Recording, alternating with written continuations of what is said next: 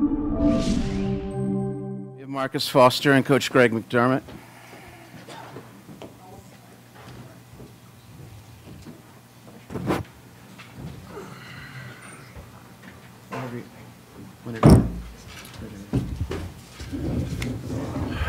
Well, I felt coming into this game that it was going to be a kind of a rock fight. It usually is when we play Providence, and today was certainly fit into that category.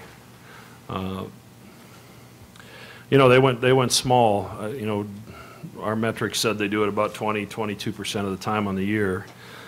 Probably wasn't anticipating 90% of the time today. And I thought our guys adjusted to it pretty well. You know, we had some lineups out there that have not been out there together all season, and we just kind of had to figure it out. And as I told the team, some things in the game you can control. You can control your execution. You can't always control whether the shot goes in.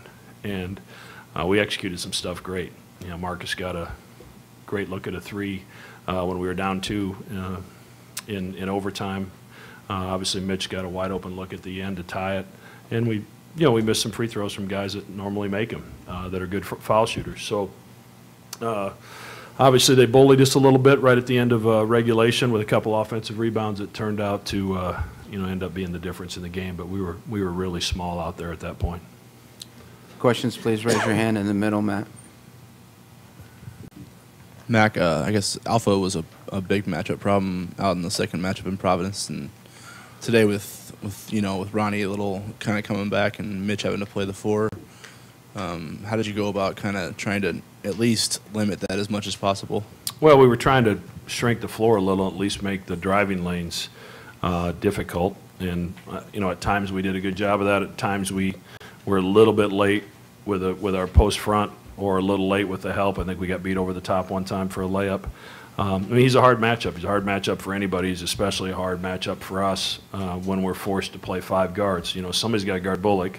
And obviously you don't ever want to let Cartwright get going, because when Cartwright gets going, they win, period. So, that's why when they made the change in the starting lineup, we went Taz on Cartwright and then moved Marcus around. And then late when we put Kyrie on Bullock, Marcus did a great job on Cartwright. So, defensively, they shot 36% for the game, so we played well enough defensively to win. In the middle, John. Yeah, I guess, Mac, if you could just kind of go a little bit deeper in that. With 5 guards, obviously you might be giving up some size inside, obviously. Might be. Yeah.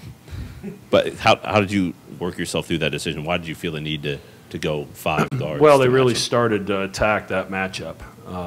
They were driving Jake or Toby, kind of whoever was in there. And I didn't feel like the first half we got enough out of Jake on the offensive end to roll the dice on the defensive end. The second half they did a better job on some of their switches and some of their help, and it was almost like we were trying too hard to get him a touch down there, and as a result we turned it over a couple times. And I thought Davion was doing good things. I thought Tyshawn made some great reads, so we just decided to go small so we could switch more stuff. If you're leaving Toby and Jake out there, obviously you're not switching a screen and putting them on Cartwright, so our options were limited if we stayed with that lineup.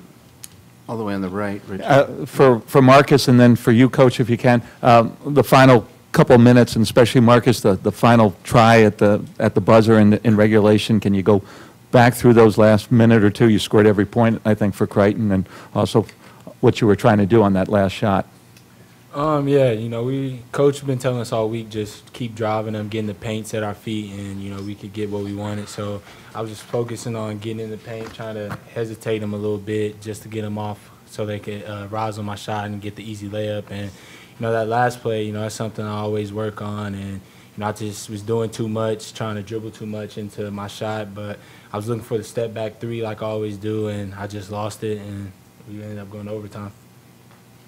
Yeah, Marcus made some really good plays to get us to that point. And, if you take a timeout, you run the risk of them being able to keep the ball out of your best player's hand. When we're coming down with 9 seconds left and the ball's in our best player's hands, that's about as comfortable as I can get in that situation. And he's made a lot of great plays during the course of the season and frankly during the course of his career in those situations. So just a fluke deal. He lost the ball. Diallo's a good defender, but he didn't get a hand on it or anything. Marcus just lost it, and like I said, sometimes that happens. In the middle, Matt. For either of you, did either of you guys say anything to Mitch after the game? It seemed like he was obviously pretty understandably down about missing that shot. Yeah, we all you can control is your preparation, and I work in the same building where we practice, so I know how much time this guy spends in there working on those situations, and I know how much time Mitch spends in there. Usually because the music he plays is a little different than everybody else's, so I know it's him or Tyler Clement. So they're in there and they're working at it and they're preparing themselves for that moment. And as long as you can look at yourself in the mirror and say that, you know what, I prepared myself, I just missed it. And I'm confident, I think Marcus would agree with me, that we're very comfortable with Mitch taking that shot in that situation. It was a great read, we got the shot we wanted, we just missed it. Last question, Ken. I was going to ask the same thing, since you mentioned the music. What kind of music does he listen to? His is got a little bit more country flair to it, maybe, than what Marcus listens to. I actually enjoy Mitch's playlist a little bit more than Marcus's. All right, Creighton, thank you. Thank you.